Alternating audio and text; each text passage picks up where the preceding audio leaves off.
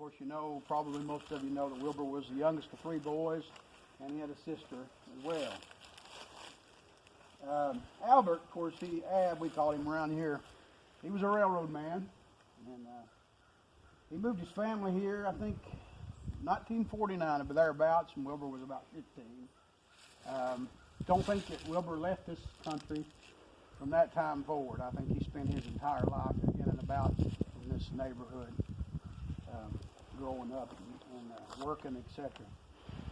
He had several jobs throughout his adulthood. He worked for Chase Foundry, manufacturing, bar rubber products in Sandusky, Ohio, and the longest job he had was with Lawrence County Board of Education. I know there's somebody talking about him driving the bus, and he probably had more albums of kid pictures than he did his own family. But you know, everybody that rode his bus really liked him a lot, so he fit right in there. And then, of course, he ended up in maintenance and worked there the rest of his days. I actually had the honor to work with him about 3 years at that place. He was a hard worker, Mr. Hunt was. He also, I didn't realize this, but he was drafted in the Army in 1957. He was in there for a short time, discharged with an honorable discharge. A few years ago, he, you know, being at home alone, and he was allergic to powdered eggs. Allergic to powdered eggs. Is that why? Well, they couldn't sell it. They couldn't sell it. He'd eat it, swell up like a hog. Oh, bless his heart. A few years ago, though, I guess after sitting on his porch and watching that church up the road there, he ended up joining the Gallup Church, and was baptized at the creek out the mouth of Chapman.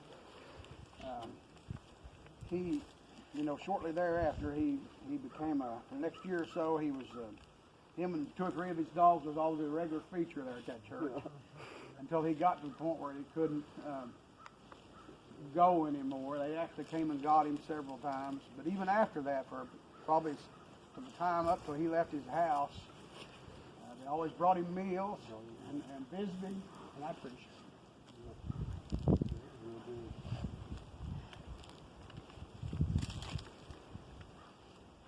Well, who was Wilbur Hunt? Y'all know him probably about as much as I do, I guess.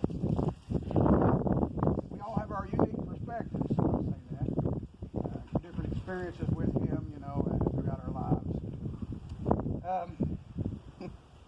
What kind of reputation? Well, I think he had a good one, you know, from most people's standpoint. I guess you could ask anybody in this county, if you rather, about Wilbur, and they would give you a report about him. You know, he minded his own business, but he did not care to tell you what he thought. He was outspoken when he needed to be, and that was a good thing. Paul was, he was honest to you, you know, honest to himself. I hope, you know, if anybody at some point, I'd like for you, if anybody has anything to say when I finish about Mr. Wilbur Hunt, you're welcome to do so. I really feel like this is our time to say goodbye to Mr. Hunt, you know, and wish him well on his journey here on. Well, who was he to me, you know, personally? I think I had it when I was writing this. I thought, you know, like I said before, everybody's got a different perspective based on their dealings with him. Who was he to me? Well, I came here when I was about 17. And you know how 17-year-olds are. I was young, wild, unruly, didn't want to listen to nobody, didn't listen to nobody. And Mr. Paul, he put me in my place. He set me straight. It took a while, you know. I actually, at one point I told him, I didn't say it to him, but I just said, you know, I'm done with you, Paul Hunt. I'm going to Florida. I'm going to stay with my sister. So I went down there, and you know what? I ended up right back up here.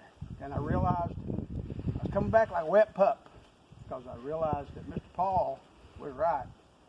And I needed to accept my responsibility for being a part of that household. He taught me a lesson about that. He did. You know, he also taught me another couple of things I thought of too as I was writing this. He taught me to accept responsibility as a member. Again, I said that already. He also taught me the value of working hard and appreciating the things that I had earned, you know, and accumulated. He was a hard-working fellow. I just can't tell you how many times I drove by a high school and he'd be on a mower out there all day long in that hot sun, going and going. Never come stop. home and mow. Then come home and mow everything. Yeah. You know, as time marched on, I really appreciated what kind of person he was. He was an honorable man. He was honest. He didn't care to help you. He helped a lot of people in this neighborhood. He helped the young people. He really supported, I think this is one of the things that stood out about Wilbur. These guys here, I know they were young too at that time. And a lot of them were. But he supported you all, supported us all. He didn't see any bad in anybody. He enjoyed life just as much as you did, and he wanted you to see you and enjoy it. And he made sure that his doors was always open. His store was always full of the young generation in this community. And, you know, that really says something about him as an individual. Second thing that really stood out to me, and this is something that, from my perspective, is he loved our mom unconditionally. He provided and shared everything he had with her. Gosh, I'm a lot like my mom. And, you know, I'm emotional. I can't help it. It is who I am. She had a difficult life. I don't know. Most of you may have realized that, and some I know the family does. She was hard to deal with sometimes. She had deep feeling and dealt with a lot of her past, you know, problems that we grew up with. I know my brothers can testify to all that stuff that we went through. So he really had to be a patient man. But he did. He supported her all his life. Never once give up on her. Even though she could make it, you know, pretty hard sometimes. But he supported her. And he loved her unconditionally. He really did. Never let her down. He was always patient and kind with her. I don't think I ever remember. I wasn't there all the time, but I don't remember him ever raising his voice at her. Never seen it. No. Never Never laid a hand on her. Never seen them even upset at each other. Nope. They'd bicker a little bit, but that was just more fun than anything. Love specks. But I really appreciated all those things. He even had a sense of humor. I had to. Oh my goodness. They wanted me to tell you a couple of stories, but I thought, yeah, well, one day, and I actually got the chance to sit with Paul a lot and hear some of his old memories. His memory of old long ago was really sharp. Even right up until just recently, it was real sharp. And we were in there talking about different things, and I may have mentioned Mom's name a couple times, and he was just sitting there staring into space, and all of a sudden he just started saying, "Oh man, she was a good one." He said, really, she was just a good one. I miss her a lot. I said, "Yeah, I miss Mom too." And he looked at me and said, "I was talking about my dog, old Ruby."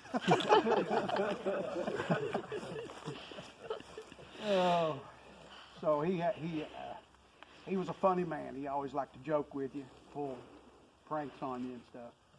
I really liked that, part of it. And to say he wasn't a good person, I can't. He enjoyed his life too tremendously. He really did here in Chapman.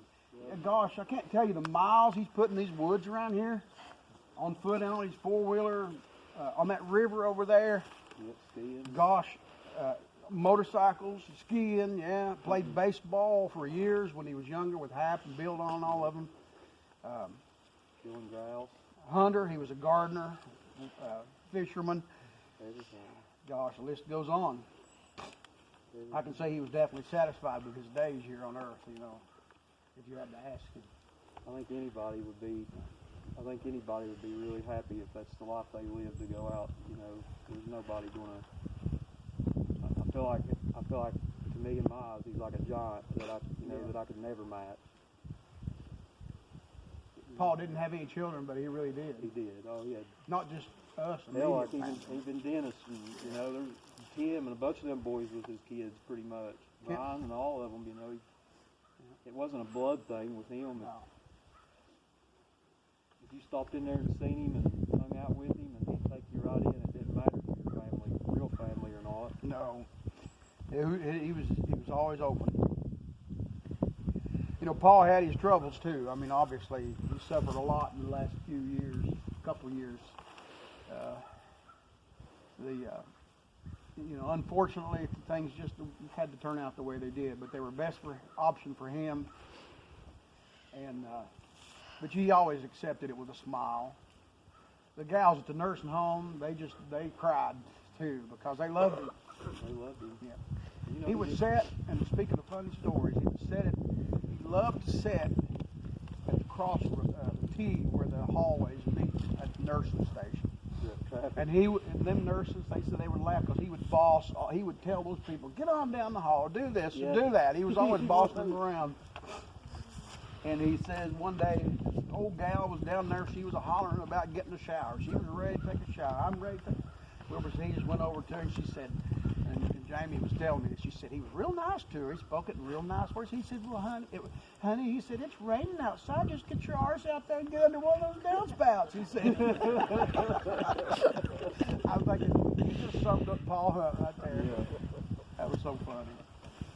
But, so he had his troubles. He suffered gracefully, I'll say that, and fought to the end. He wasn't alone, thanks to Ricky. They don't allow one person in because of the COVID. Now, it's really a shame. I was thinking, we can't be right up here where he's at, but this is what it's done to us, folks. It really has messed us up. And it's a sad shame. He was down there. We couldn't even see him except through a window. That's a horrible thing. Oh, yeah. I had the fortunate. I'll tell this. I had the fortunate. They called me from the bluegrass urologist. He had an appointment down there, and I met him down there. I never saw a man. That was about 5 months ago. He was so happy to see me. He was the happiest fellow, and I was happy. Lord, I was almost in tears too. I couldn't. I put kids together when I go in there. It just tore me all to pieces to be able to see. I think this COVID's a horrible thing. It's destroyed people. It's turned us all upside down. But it really is good to see you folks, and I'm glad. I know everybody loved him and is willing to be out here. I'll miss this man. I'll think of him all the time. That's what I think. He was always good to me, and I'll never forget that. So if anybody has anything they'd just like to say briefly about Mr. Hunt, I'd like to. I'm going to turn it over to, actually, I think in a minute my daughter's going to read a poem she wanted to read to you. And Bub wanted to read some scriptures. Bub wanted to read a couple of scriptures. You go ahead, Rick. You want me to go ahead first? Okay. I just want to say that from the time I was just a little boy, he took me in and treated me like a son. And seriously, the best memories I have of my childhood are being over there in that garden with him and going and picking a fresh tomato, or sitting down on his, he turned his boat upside down. We'd sit there on that top of that boat, and we'd eat tomatoes and raw corn until we were sick. I'd have to run to the bathroom. We'd eat so much of it. But everything he done, he involved me in, regardless whether it was doing garden work or when he cleared that riverbank off. And I feel like I grew into a man being over there under him. I always looked up to him. And to me, there's nothing better in this world than walking out into that store where he'd be piddling around and just following him around. And while I was over there, he had so many friends, so many people that loved him. I've never seen him turn anybody away. Anybody that wanted to come over there and see him, he welcomed them with open arms, and always hated to see them go. And even right up to his last days, we'd be sitting out on the front porch, and he would holler at people. So if he seen Dennis go by or something, he'd be, "Hey, Dennis!" or like Mike Robinette, Mike, go get Mike, come back, Mike. I mean, he just loved having people, anybody, to stop in there and see him. And even though he had dementia, he would remember. I never seen that he didn't recognize somebody. He would know right who you were, and his long-term memory was still really great. But I'll never be able to repay what he's done for me. I mean, he helped put me through college, him and Mama, and seriously, the best memories of my life will be, thanks to him and to Mama. And I'm just real happy that everybody here got to know him, know what kind of person he is. And I just think there'll never be a better guy that walks this planet, forever. And I'll always love him. And I guess that's it. If anybody else have anything to say, or you want to say anything, Dennis? I'm not the best with words. You all summed up, pretty much. But I love Papaw to death. He loved me like a son, like a grandson. He had a tremendous influence on me. I mean, strongest character of any man I knew, and it's really stuck with me. The values that he had and the integrity that he had, and there's just so many good things about him, and just being around him, he put off that happy, uplifting, Yeah, you couldn't be mad around him. Yeah. And I find comfort that we have a promise that says it's John 5:28. It says, "Marvel not at this, for the hour is coming in which all that are in the grave shall hear his voice, and they that have done good unto the resurrection of life." And Jesus said, "I am the resurrection and the life. He that believeth in me, though he were dead, yet he shall live." And Papaw was a man of great faith, like I said, great integrity. He always did what was right. He always stood up for what was right. And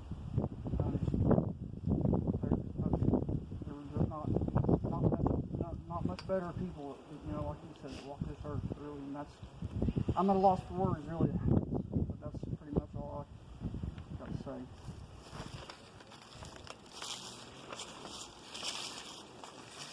Well, my mom wrote this poem about Pa, and she wanted me to read it, but there's a couple references in here that I feel like would be funny for everybody to explain. For a lot of his life, he thought he was born in 1935, and then they sent in for his birth certificate. He found out he was born in 1934. They had to change all his driver's licenses and everything. And he would save check stubs from every place he worked for every payment he got. He'd save everything, and it was so interesting when we were preparing for the funeral to look through all the old records and report cards and check stubs and everything that he saved. And some of it's talked about in this poem, but my mom wrote it and she wanted me to read it here. It's called Life of Pa. He started his life in Vanmere, born 1935. His folks were Albert and Ada. He was fourth in their hive. Wilbur Hunt, when he was 15, came to live in Chapman. Because his dad worked for the railroad, he met Hap and Bill Don. Chapman Sam Hornets were his team. They hung out at the store. If they weren't fishing and hunting, who could have asked for more? They would catch the train to Paintsville to see a picture show. The skating rink in Louisa, Saturday they would go. He water skied on the river, rode his Harley round town. He courted and sparked when he could. No one could tie him down. Until he met Norma and wed. She'd 4 kids of her own. 3 boys and a girl made sure he was no longer alone. He tore down the home place and built a new home and a store. It never got him rich, but kids and neighbors graced his door. He drove all the kids to school, pictures to him they gave. He mowed grass for Lawrence County, and their discards did save. We will remember him fondly for the laughs he'd impart, and the way he helped his neighbors until he did depart.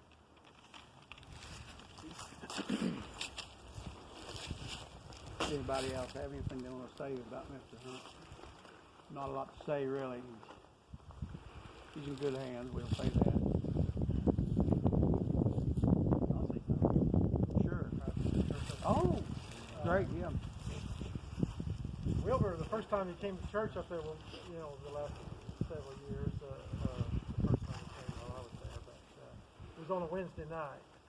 And we had the doors of the church open, and we wanted, you know, folks to hear us singing, because there were quite a few people there on a Wednesday night. And, it was nice outside. I think it was either spring or the fall, I can't remember, but I was up there getting ready to preach, and I may have even been preaching at that time, and then here come two dogs walking down the aisle. Come right inside the church and walk right down the aisle.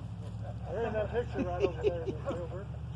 And Marcus's daughter helped us get him out of the church, and as I walked out of the church, there was Wilbur getting off of his four-wheeler, Oh, yeah. coming into church, and that was the first time that I seen him come to church up there. And he's been a fixture ever since, and he is an honorable man, and I enjoyed walking around with him over at his house and in the store. He always had ice cream over there, and so Popsicles. yeah, you can get you one over there. But and he'd tell you about fishing down on the riverbank and all that stuff, and just a great guy to be around. Always had a smile on his face. Always nice to people. Never heard anything bad about him. Never heard him say anything bad about anybody else. They can't say that about me, so but they sure say that about him. At least I know I can. And but he's a great guy, great influence. Certainly going to miss him. I know the family, you know, you're going to miss him, but the whole community. No, absolutely. Thank you. Anybody else want to say anything? Nosy, has a story to tell? Oh, we appreciate you coming. I think next, we're probably ready, Mike, to go ahead and